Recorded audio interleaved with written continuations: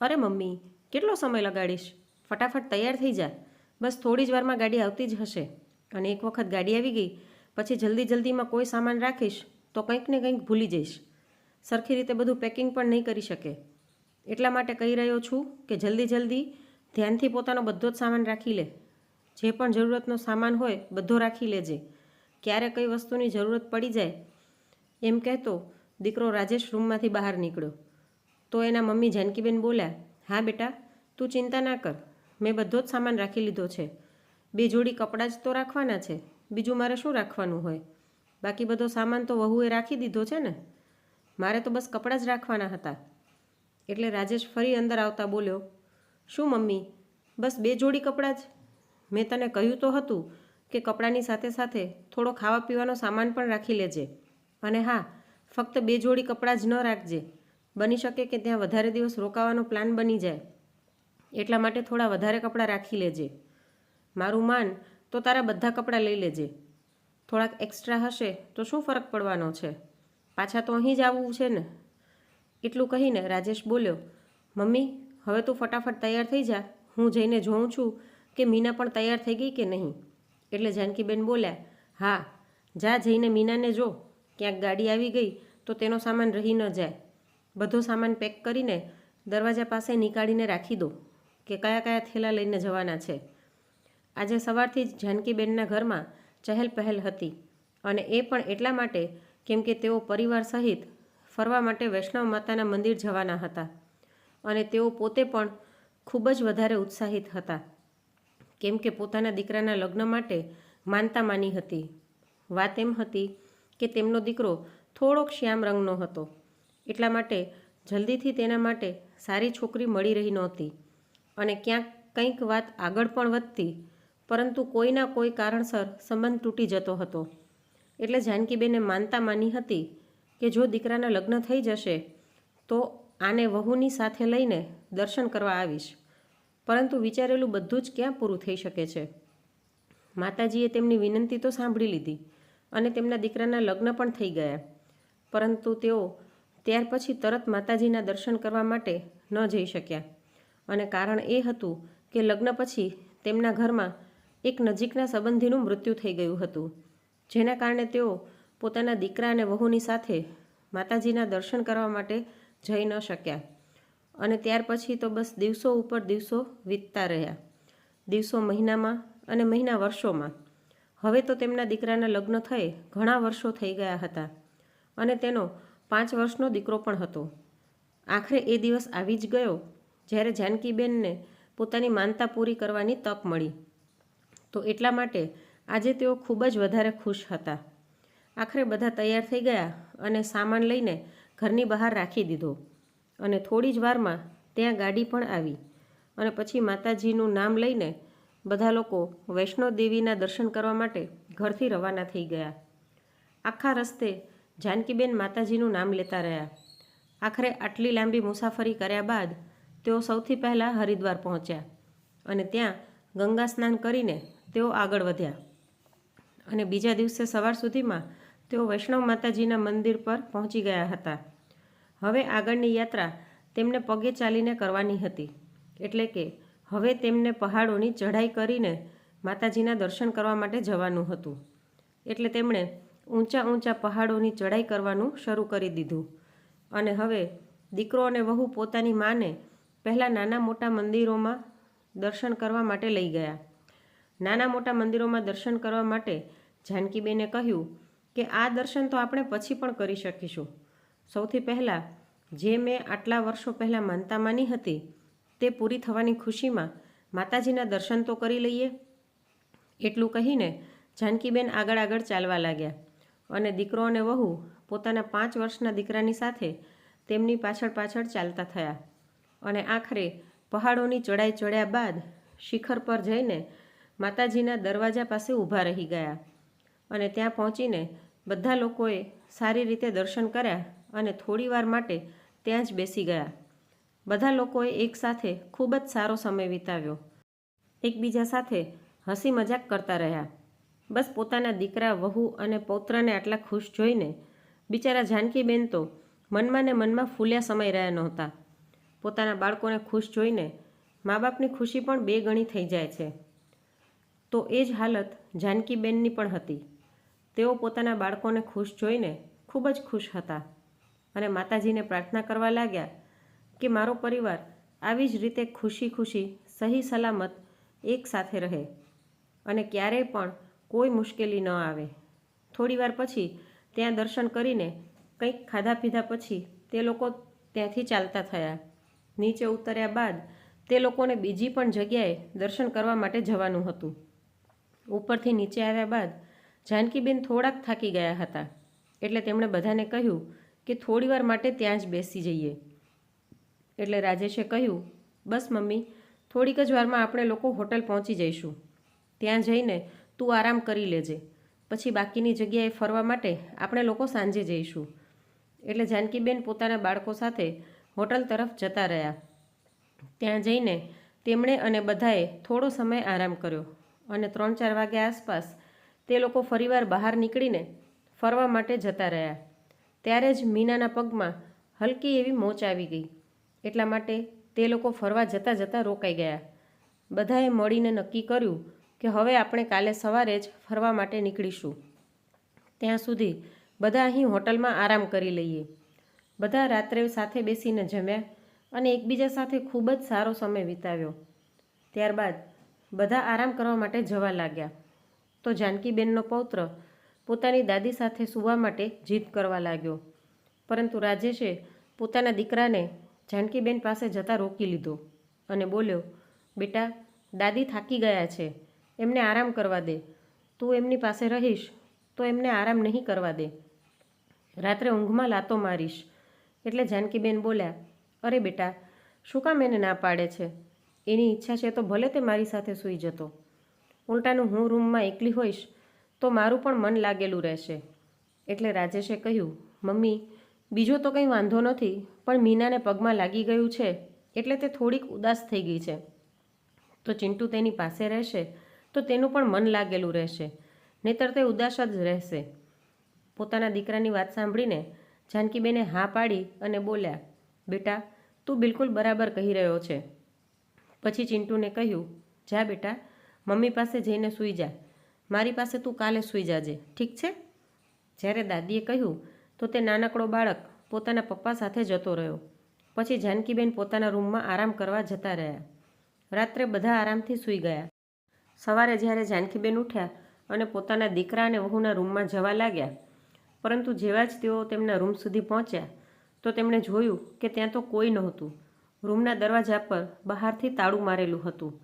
એટલે તેઓ થોડા ચિંતામાં આવી ગયા, પરંતુ પછી વિચાર્યું કે કદાચ મીના માટે દવા લેવા ગયા હશે અથવા તો તેને બતાવવા ગયા હશે. થોડી વારમાં આવી જશે. આવું વિચારીને તેઓ રાહ જોતા રહ્યા. 1 કલાક વીત્યો, 2 કલાક વીત્યા અને એમ જ જોતાં જોતાં સવારથી બપોર થઈ ગઈ, પરંતુ હજી સુધી દીકરો અને વહુ આવ્યા નહીં.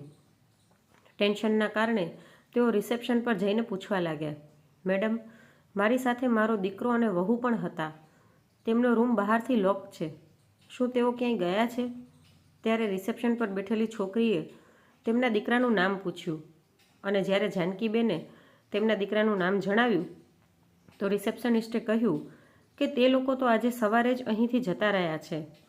આ સાંભળીને જાનકીબેન ગભરાઈ ગયા અને બોલ્યા, બેટા, જરા સરખી રીતે ચેક કરીને કહો, શું સાચે જ મારો દીકરો જતો રહ્યો છે?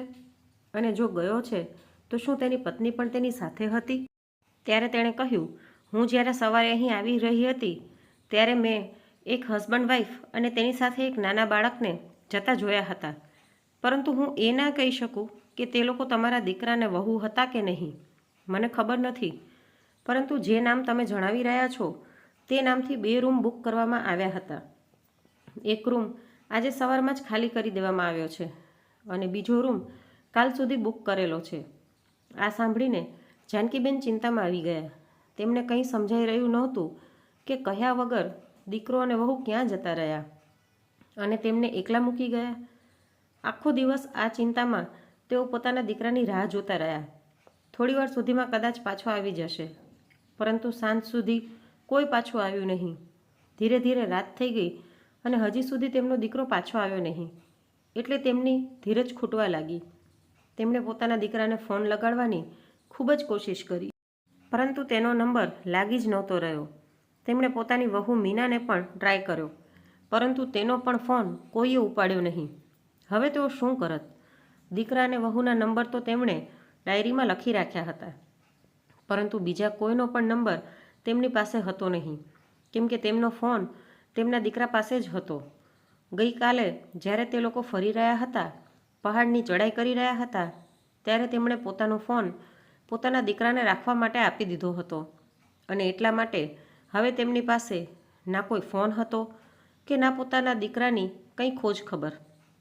ક્યાં જાય ક્યાં નહીં કંઈ તેમને સમજાતું નહોતું. ઉપરથી આજનો આખો દિવસ તો વીતી જ ગયો હતો અને બીજા દિવસે હોટલવાળા તેમનો રૂમ ખાલી કરાવી નાખવાના હતા. ત્યાર પછી તેઓ ક્યાં જશે, શું કરશે? થોડીવાર સુધી જ્યારે તેમને કંઈ પણ સમજાણું નહીં, તો તેઓ શાંત મનથી ઈશ્વરનું ધ્યાન કરવામાં લાગી ગયા. ખબર નહીં ક્યારે તેમને નીંદર આવી ગઈ અને આખો દિવસ રડતા રડતા થાકીને તેઓ સૂઈ ગયા. જ્યારે સવારે ઉઠ્યા તો સવારનો સૂરજ ઉગી ગયો હતો. હવે ફક્ત આજનો દિવસ તેઓ આ હોટલમાં રોકાઈ શકવાના હતા. સાંજ સુધીમાં હોટલવાળા તેમને પણ રૂમ ખાલી કરવા માટે અથવા તો વધારે પૈસા જમા કરાવવા માટે કહી જ દેત, પરંતુ તેઓ ક્યાંથી કંઈ કરત? તેમની પાસે ના તો વધારે રૂપિયા હતા અને ના કોઈ બીજી સુવિધા. તેઓ તો પોતે એટલી મોટી મુસીબતમાં ફસાઈ ગયા હતા. તેમણે જઈને તે છોકરી સાથે ફરીવાર વાત કરી, જે રિસેપ્શન પર હતી. તેને પોતાની મુશ્કેલી જણાવી એટલે તે છોકરી સંકોચાઈને બોલી, આંટી, ખરાબ ન માનતા, પણ અહીં ઘણીવાર આવું જ થાય છે. ક્યારેક કોઈ પોતાના મા બાપને લઈને મંદિર પર મૂકી જાય છે, તો ક્યારેક કોઈ દગા સાથે ભીડમાં ભટકવાના બહાના કરીને પોતાના મા બાપનો હાથ અને સાથ ત્યાં જ મૂકી જાય છે. તમારા દીકરાએ પણ એવું જ કંઈક કર્યું હશે તમારાથી છુટકારો મેળવવા માટે. મને તો આજકાલના છોકરાઓનું કંઈ સમજાતું જ નથી. જ્યારે તેમના પોતાના બાળકો તેમની સાથે એવું કરશે ત્યારે તેમને ખબર પડશે.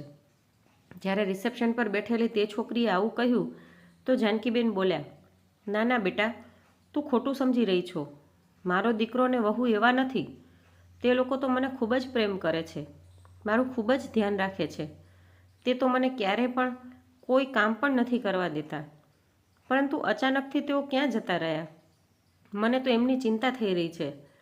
ક્યાંક તેમની સાથે કંઈક અનહોની ના થઈ ગઈ હોય. બસ આ વિચારીને જ હૃદય બેસી રહ્યું છે. ત્યારે તે છોકરી તેમની તરફ જોતા બોલી, થઈ શકે આંટી, ઈશ્વર કરે કે બધું ઠીક થઈ જાય અને તમારો દીકરો અને વહુ આજ સાંજ સુધીમાં તમને લેવા માટે પાછા આવી જાય. નહીતર. એટલું બોલીને તે છોકરી ચૂપ થઈ ગઈ. એટલે જાનકીબેને કહ્યું, નહીતર શું બેટા? હું જાણું છું કે મને આ હોટલથી નીકાળી દેવામાં આવશે, પરંતુ મને પૂરો વિશ્વાસ છે કે મારો દીકરો મને સાંજ સુધીમાં અહીંથી લેવા માટે જરૂર આવશે.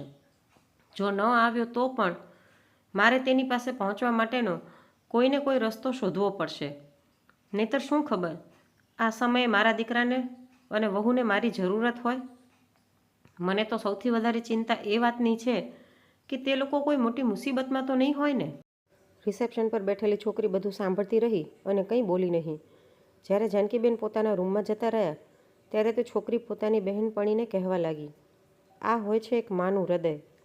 દીકરો અને વહુ અહીં મૂકીને જતા રહ્યા અને મને પૂરો વિશ્વાસ છે કે તેઓ બિલકુલ ઠીક હશે. તેમને કંઈ નહીં થયું હોય. ઉલટાનું પોતાની માને છોડીને જલસા કરી રહ્યા હશે. પરંતુ જો આ બિચારા માજીને અહીં પોતાના દીકરાની ચિંતામાં અડધા થઈ રહ્યા છે કે ક્યાંક તે કોઈ મુશ્કેલીમાં ના હોય. હકીકતમાં માનું હૃદય આવું જ હોય છે. પોતાના બાળકોને કેટલો પ્રેમ કરે છે યાર. હે ભગવાન, સાંજ સુધીમાં કોઈને કોઈ રસ્તો નીકાળી દેજો, નહીતર મારી સામે જ આ આંટીને હોટલમાંથી કાઢી મૂકવામાં આવશે તો ખરેખર મને ખૂબ જ ખરાબ લાગશે યાર.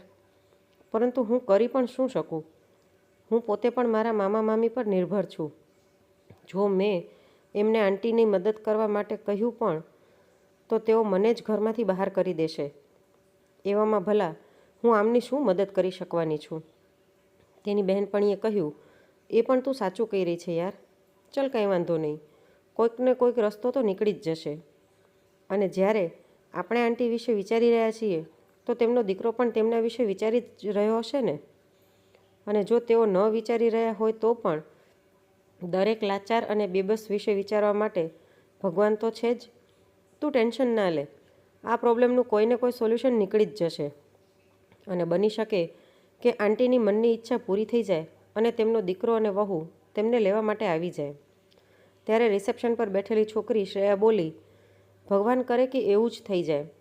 આવી રીતે જ આખો દિવસ નીકળી ગયો. જાનકીબેને કાલથી આજ સુધી કંઈ પણ ખાધું નહોતું. એના કારણે તેઓ ખૂબ જ કમજોરી અનુભવી રહ્યા હતા. તેમણે ફરીવાર રિસેપ્શન પર જઈને શ્રેયા સાથે વાત કરી.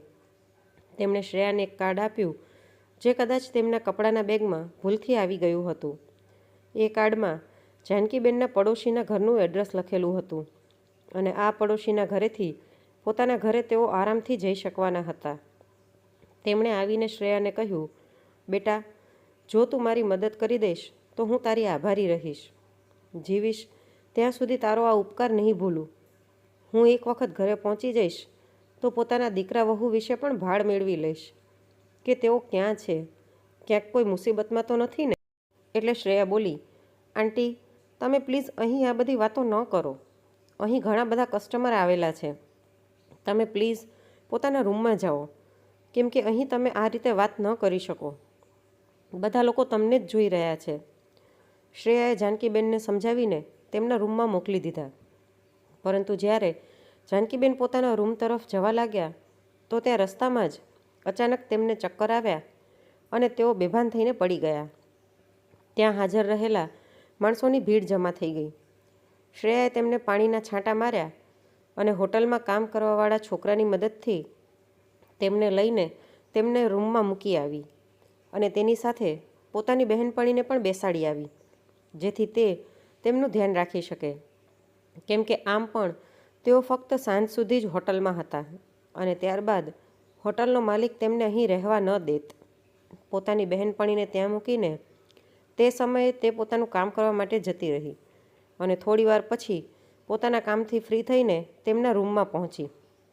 તેને જોતાં જ જાનકીબેન રડવા લાગ્યા અને તેને હાથ જોડીને વિનંતી કરતા બોલ્યા, બેટા, હું તને પગે લાગું છું, મને મારા ઘરે પહોંચાડી દે. એટલે શ્રેયાએ તેમને કહ્યું, આંટી, તમે શું કહી રહ્યા છો? તમે મારાથી મોટા છો. પ્લીઝ આવી રીતે હાથ ના જોડો. તમે મારી મમ્મીની ઉંમરના છો. જુઓ આંટી, એવું નથી કે હું તમારી મદદ કરવા નથી માગતી, પરંતુ અત્યારે હું થોડીક મજબૂર છું. તમે ધીરજ રાખો. થઈ શકે કે ભગવાન તમારી વિનંતી સાંભળી લે અને જો એવું ન પણ થયું તો હું બોસ સાથે વાત કરીને જોઈશ કે તેઓ થોડા દિવસો વધુ તમને અહીં રહેવા દે. તમે ચિંતા ન કરો. મારાથી જેટલું થઈ શકશે હું તમારી મદદ કરીશ. ઠીક છે?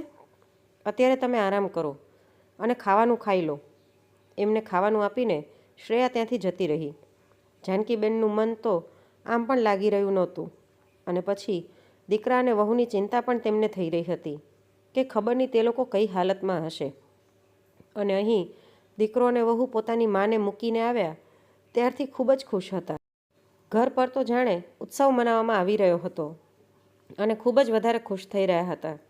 તેમણે પોતાની માથી છુટકારો જો મેળવી લીધો હતો. અહીં સાંજ થવા સુધીમાં પણ જ્યારે તેમનો દીકરો લેવા ન આવ્યો તો હોટલના મેનેજરે જાનકીબેનને રૂમમાંથી બહાર નીકળવા માટે કહ્યું. તેઓ તેમને વિનંતી કરતા રહ્યા. શ્રેયાએ પણ પોતાના મેનેજર સાથે વાત કરી, પરંતુ તેઓ માન્યા નહીં. મેનેજરે શ્રેયાને કહ્યું, મને એ જણાવ, શું આમના રૂમનું પેમેન્ટ તું કરીશ? તું પોતાના કામથી કામ રાખ. આવા ખબર નહીં કેટલા બધા લોકો આવે છે. જો હું બધાની મદદ કરતો રહીશ તો ચાલી રહી મારી હોટલ. મેં કંઈ ધર્મશાળા ખોલી નથી રાખી. એટલા માટે ચૂપચાપ પોતાનું કામ કર અને આ બાબતમાં પડવાની કોશિશ ન કર. પછી બોલ્યો, જુઓ માજી, શ્રેયાએ આટલી બધી વિનંતી કરી છે એટલા માટે અમે આજ રાત સુધી તમને અહીં રોકાવાની મંજૂરી આપીએ છીએ, પરંતુ સવાર થતાં જ તમે તમારી રહેવાની વ્યવસ્થા બીજે કરી લેજો, કેમ કે હું તમને વધારે સમય સુધી અહીં આવી રીતે રહેવા ન દઈ શકું. નહીંતર મારી નોકરી ઉપર પણ વાત આવી જશે. તમે સમજી રહ્યા છો ને હું શું કહેવા માગું છું? જાનકીબેને હામાં માથું હલાવ્યું. મેનેજર આટલું કહીને ત્યાંથી જતો રહ્યો. હવે તો બિચારા જાનકીબેન પ્રાર્થના કરતા રહ્યા, ગમે તેમ કરીને તેમનો દીકરો ત્યાં તેમને લેવા માટે આવી જાય. પરંતુ વિચારેલું ક્યાં ક્યારે થાય છે. આખી રાત વીતી ગઈ અને હજી સુધી તેમનો દીકરો આવ્યો નહીં. બીજા દિવસે સવારે જ્યારે શ્રેયા પોતાના કામ પર આવી રહી હતી તો તેણે જોયું કે મેનેજર જાનકીબેનનો સામાન હોટલની બહાર કાઢી રહ્યો હતો. કેમ કે જાનકીબેન બહાર નીકળવા માટે તૈયાર હતા નહીં. તેઓ વારંવાર વિનંતી કરી રહ્યા હતા કે બેટા, મને થોડા દિવસો વધારે અહીં રહેવા દો, હું બહાર રસ્તા પર ક્યાં રહીશ. પરંતુ મેનેજરે તેમની એક વાત સાંભળી નહીં અને તેમનો હાથ પકડીને તેમને બહાર કાઢી મૂક્યા. જ્યારે શ્રેયાએ આ બધું જોયું તો તેનાથી સહન ન થયું. વૃદ્ધ મહિલા સાથે આ રીતનો વ્યવહાર થતો જોઈને તે મેનેજર ઉપર ખીજાઈ ગઈ અને બોલી, આ કઈ રીત છે સર? માન્યો કે તેમની પાસે રૂપિયા નથી, પરંતુ તમને એટલું પણ ભાન નથી કે કોઈ વૃદ્ધ વ્યક્તિ સાથે આવી રીતે વ્યવહાર ન કરવો જોઈએ. આ આંટી તમારી મમ્મીની ઉંમરના છે અને તમે એમની સાથે આવું વર્તન કરી રહ્યા છો. એટલે મેનેજર બોલ્યો, તું ભાનમાં તો છે ને? તને ખબર પણ છે કે તું કોની સાથે વાત કરી રહી છે? 2 મિનિટમાં હું તને નોકરીમાંથી કાઢી શકું છું. પછી આ માજીને લઈને રસ્તા પર ભટકતી રહેજે, સમજી તું? આ બધું સાંભળીને શ્રેયા બોલી, મારે ભટકવું હશે તો ભટકી લઈશ, પરંતુ તમારા કરતાં તો હું સારી જ છું સર. કમસે કમ મારી પાસે ભલે રૂપિયા નથી, પણ સંસ્કાર જરૂર છે કે નાના મોટા સાથે કઈ રીતનું વર્તન કરવું જોઈએ. તમે તો રૂપિયાના ઘમંડમાં આવીને બધા જ સંસ્કાર ભૂલી ગયા છો. હોટલના આટલા બધા રૂમ આમ પણ ખાલી પડ્યા રહે છે. જો તમે થોડા દિવસો માટે આંટીને તે રૂમમાં રહેવા દેશો તો કઈ મોટી આફત આવી જવાની છે. એવું તો નથી કે તમારી હોટલનો એક પણ રૂમ ખાલી નથી અને સ્પેશિયલી તમે એમના માટે એક રૂમ ખાલી કરાવી રહ્યા છો. શ્રેયાની વાત સાંભળીને મેનેજર ગુસ્સામાં રાડ પાડીને બોલ્યો, શ્રેયા, તું ભાનમાં પણ છે કે તું શું બકી રહી છો અને કોની સાથે વાત કરી રહી છો? 2 મિનિટમાં તને નોકરીમાંથી કાઢી મૂકીશ, પછી ભટકતી રહેજે. આટલી બધી ચિંતા થઈ રહી છે આ ડોશીની, તો તેને પોતાના ઘરે કેમ નથી લઈ જતી? એટલે શ્રેયા બોલી, જો મારું હાલી શકત ને તો હું જરૂર પોતાની સાથે લઈ જાત. અને જ્યાં સુધી વાત રહી નોકરીમાંથી નીકાળી દેવાની, તો તમે શું વિચારો છો કે તમે મને નોકરી પર રાખીને કોઈ ઉપકાર કરી રહ્યા છો અથવા તો મને પગાર આપીને કોઈ ઉપકાર કરી રહ્યા છો? હું અહીં કંઈ ફ્રીમાં કામ નથી કરતી અને ના ફ્રીના રૂપિયા લઉં છું. કામ કરું છું એટલે તમે પગાર આપો છો. અને જો તમારી પાસે વર્કર્સની કમી નથી તો મારા માટે પણ નોકરીની કોઈ કમી નથી. રાખો તમારી નોકરી તમારી પાસે. આવા માણસ સાથે કામ કરવા કરતાં તો સારું છે કે હું ક્યાંક બીજી જગ્યાએ નોકરી કરી લઉં, જ્યાં કમસે કમ વિચારસરણી આટલી ખરાબ ન હોય. એટલું કહીને શ્રેયા જાનકીબેનને પોતાની સાથે લઈને જતી રહી. એને પણ ખબર નહોતી કે હવે તેને ક્યાં જવું છે, કેમ કે તે પોતે પણ મામા મામી સાથે રહેતી હતી. તેના માતા પિતા તો હતા નહીં. તેના મામા તો છતાં પણ ઠીક હતા, પરંતુ તેની મામી તો તેને હેરાન જ કરતી હતી. હવે શ્રેયા કરે તો શું કરે, કેમ કે જાનકીબેનને તે પોતાની સાથે પણ લઈ જઈ શકતી નહોતી અને તેમને એમ જ એકલા રસ્તા પર ભટકવા માટે પણ છોડી શકતી નહોતી. એટલે વિચાર્યું કે તે એક દિવસ માટે જાનકીબેનને પોતાના ઘરે રાખી લેશે અને ત્યારબાદ કોઈ પણ રીતે તેમને તેમના ઘરે મૂકવા જતી રહેશે. એમ વિચારીને તેણે પોતાના મામાને ફોન કર્યો અને બધી વાત જણાવી. એ જાણ્યા વગર કે તેના મામાએ ફોન સ્પીકર ઉપર રાખ્યો હતો અને તેની મામીએ બધી વાતો સાંભળી લીધી હતી. જેવી જ તેની મામીએ આ બધી વાતો સાંભળી, તે ગુસ્સામાં કહેવા લાગી કે તું પણ તે ડોશીની સાથે જ મરી જા, ઘરે આવવાની કોઈ જરૂરત નથી. એક તો તને મફતમાં બેસાડીને ખવડાવી રહ્યા છીએ, ઉપરથી એક વધારે બોજો ઉપાડી લાવ. અમારી પાસે એટલા હરામના રૂપિયા નથી કે તમારા જેવા ભીખમંગાઓનું ભરણ પોષણ કરતા રહીએ. એટલું કહીને તેની મામીએ ફોન મૂકી દીધો. શ્રેયા ગુસ્સાની સાથે સાથે ખૂબ દુઃખી પણ હતી. તેની આંખોમાંથી આંસુ વહી રહ્યા હતા. જાનકીબેને તેને આટલી દુઃખી જોઈ તો પૂછવા લાગ્યા કે આખરે શું વાત છે. શ્રેયાએ પોતાની મામીની બધી હકીકત જણાવી કે તેની મામી તેને કેટલી હેરાન કરે છે. નાનપણમાં જ તેના માતા પિતાનું મૃત્યુ થઈ ગયું હતું. ત્યારથી તેનું કોઈ બીજું પણ નથી, એટલે મજબૂરીમાં મામા મામીની પાસે રહે છે. પછી પોતાની બહેનપણી પાસે થોડા રૂપિયા ઉધાર લીધા અને જાનકીબેનને તેમના ઘરે મૂકવા માટે નીકળી પડી. જ્યારે તેમને લઈને તેમના ઘરે પહોંચી તો જોયું કે ત્યાં તેમની શોક સભાનું આયોજન કરવામાં આવ્યું હતું અને અત્યાર સુધીમાં ત્યાંથી બધા લોકો જતા રહ્યા હતા. ઘરે ફક્ત દીકરો, વહુ અને પરિવારના અન્ય લોકો હતા. સાથે જ ઘરમાં કામ કરવાવાળો એક નોકર હતો. કુલ મેળવીને ઘરે 3-4 લોકો જ હતા. એટલે દીકરો અને વહુ નિશ્ચિંત થઈને અંદરો-અંદર વાતો કરી રહ્યા હતા. તે બંને વાતો કરતાં કરતાં કહેવા લાગ્યા કે આખરે આપણી મુસીબત ટળી ગઈ. હવે તો આટલી દૂરથી મમ્મી ઈચ્છશે તો પણ પાછા નહીં આવી શકે. એટલે તેની પત્ની બોલી, બિલકુલ સાચું કહ્યું તમે. ડોશી કેટલા સમયથી આપણા છાતી પર બેઠી હતી. હવે મરી ગઈ તો શાંતિ મળી. એમ કહીને તે હસવા લાગી. ત્યારે તેનો પતિ બોલ્યો, મરી ગઈ કે દુનિયાની નજરોમાં મારી દેવામાં આવી? તેનું એટલું કહેવા પર બંને પતિ પત્ની હસવા લાગ્યા અને બોલ્યા, હશે, જે પણ થયું આપણો તો ફાયદો જ થયો છે ને. હવે કોઈને શું ખબર કે આપણી માં ત્યાં ગંગાજીમાં ડૂબીને મરી ગઈ કે પછી આપણે ત્યાં એમને એમ જ મૂકીને આવી ગયા. અહીં તો આપણે જેને જે કહીશું તે જ હકીકત માની લેશે ને. અને પછી એક વખત મમ્મીનું ડેથ સર્ટિફિકેટ બની જાય તો બધી જ મુસીબત ટળી જશે. ડેથ સર્ટિફિકેટ બન્યા બાદ આ બધી જમીન અને મિલકત આપણા નામે થઈ જશે અને પછી જલસાથી આપણે આપણી જિંદગી જીવીશું. હવે નિશ્ચિંત થઈને જેવી રીતે ઈચ્છીએ તેવી રીતે જીવી શકીશું. આ બધી વાતો શ્રેયા અને જાનકીબેને સાંભળી લીધી હતી. આ બધું સાંભળીને જાનકીબેન પૂરી રીતે ભાંગી પડ્યા હતા. આખરે કઈ રીતે તેમનો પોતાનો દીકરો મા વિશે આવું વિચારી શકે છે. હવે તે બિચારા ખૂબ જ દુઃખી હતા અને બસ રડતા જતા હતા. અહીં શ્રેયા જે તેમની મદદ કરવા માગતી હતી અને એટલા માટે તેમને અહીં લઈને આવી હતી કે કદાચ તેઓ સાચે પોતાના દીકરાને વહુથી અલગ થઈ ગયા હોય અને તે તેમને પોતાના દીકરાને વહુથી મળાવી શકે છે. પરંતુ થયું બિલકુલ એવું જ જેવું શ્રેયાએ વિચાર્યું હતું. બંને દીકરા અને વહુએ જાણી જોઈને પોતાની માને મરવા માટે ત્યાં મૂકી દીધી હતી. હવે જ્યારે હકીકત સામે આવી ગઈ તો શ્રેયાએ તેમને સમજાવ્યા અને બોલી, ચિંતા ન કરો આંટી, પરંતુ હવે મને સમજાતું નથી કે હું તમને ક્યાં મૂકું.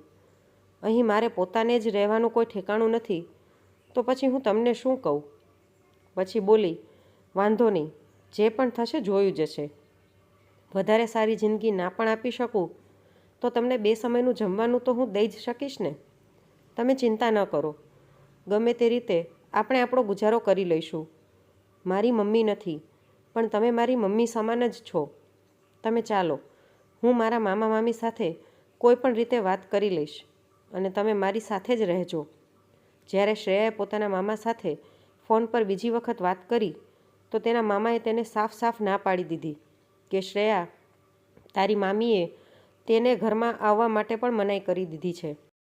જો તારે એટલી જ ભલાઈ કરવી છે તો પોતે પણ ઘરે આવવાની કોઈ જરૂરત નથી. હવે શ્રેયા શું કરત?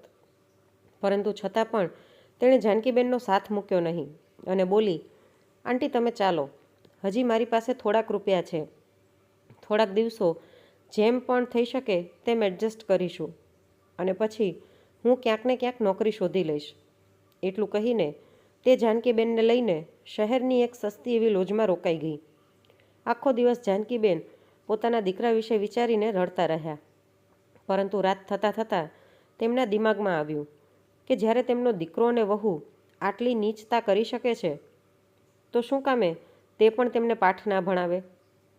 પોતાના દીકરા અને વહુને પાઠ ભણાવવો જ પડશે, નહીંતર આવવાવાળા સમયમાં દરેક દીકરો અને દરેક વહુ પોતાના મા બાપની સાથે એવું જ કરશે. જાનકીબેને વિચારી લીધું કે એનાથી પહેલાં કે તેમનું ડેથ સર્ટિફિકેટ બને તેઓ પોતાની જમીન, સંપત્તિ અને મિલકતનું કંઈક તો કરશે. બસ બીજા જ દિવસે જાનકીબેન શ્રેયાને લઈને વકીલને મળવા પહોંચી ગયા. વકીલ સાથે વાત કરી અને પોલીસને લઈને પોતાના ઘરે પહોંચી ગયા. પોતાની માને પોલીસની સાથે પોતાની સામે ઊભેલા જોઈને દીકરો અને વહુ બંનેને તો જાણે શ્વાસ રોકાઈ ગયો. તેમના મોઢામાંથી કોઈ અવાજ જ ન નીકળી શક્યો. પોલીસને બધી જ હકીકત જાનકીબેને પહેલાં જ જણાવી દીધી હતી. એટલા માટે પોલીસ દીકરાને વહુને અરેસ્ટ કરીને લઈ ગયા. દીકરો અને વહુ બંને શું કરત? પોલીસ તેમને વધારે દિવસો તો અંદર નહોતા રાખી શકવાના, પરંતુ જાનકીબેને પોલીસને જે ફરિયાદ કરી હતી તેના આધાર પર તેમણે તેમના દીકરા અને વહુને ઘરમાંથી કાઢી મૂક્યા અને ફરીવાર ક્યારે પણ જાનકીબેનની આસપાસ પણ ન ભટકવાની વોર્નિંગ આપી. હવે જાનકીબેન શ્રેયાને પોતાની સાથે લઈને રહેવા લાગ્યા. શ્રેયાએ પણ ત્યાં જ નાની મોટી નોકરી શોધી લીધી અને અહીં જાનકીબેન, જેમનું પોતાનું ઘર હતું, તેઓ શ્રેયાની સાથે ખુશી ખુશી રહેવા લાગ્યા. એક અનાથ છોકરીને માનો પ્રેમ મળી ગયો અને એક માને તેમનું ધ્યાન રાખવાવાળી દીકરી મળી ગઈ. જે કામ તેમના સગા દીકરાને વહુ ના કરી શક્યા તે કામ શ્રેયાએ કર્યું. તેમનું ધ્યાન રાખ્યું અને મુસીબતના સમયમાં તેમનો સાથ આપ્યો. એવામાં તેઓ તે છોકરીનો સાથ ભલા કઈ રીતે છોડી શકવાના હતા? એટલા માટે તેમણે પોતાની સગી દીકરીની જેમ જ તેને અપનાવી લીધી અને બંને ખુશી ખુશી રહેવા લાગ્યા. થોડા સમય બાદ એક અનાથ છોકરો શોધીને, જે વ્યવહારથી ખૂબ જ સારો પણ હતો, તેમણે શ્રેયાના લગ્ન કરાવી નાખ્યા અને બધા લોકો સાથે સાથે પરિવારની જેમ જ રહેવા લાગ્યા. જે પ્રેમ દીકરો અને વહુ ન આપી શક્યા તે પ્રેમ અજાણી દીકરી અને જમાઈ પાસેથી તેમને મળી રહ્યો હતો અને હવે તેમને બીજી કોઈ વસ્તુની કોઈ ચિંતા હતી નહીં. પૂરી રીતે નિશ્ચિંત થઈને પોતાનું જીવન જીવી રહ્યા હતા. તો મિત્રો, આજની વાર્તા કેવી લાગી અને તમે કયા શહેરમાંથી સાંભળી રહ્યા છો તે કોમેન્ટ કરીને જરૂરથી જણાવજો. અને જો વાર્તા ગમી હોય તો લાઈક કરીને વધુમાં વધુ શેર પણ કરજો અને આવી જ અવનવી વાર્તા સાંભળવા માટે ચેનલને સબસ્ક્રાઈબ જરૂરથી કરજો.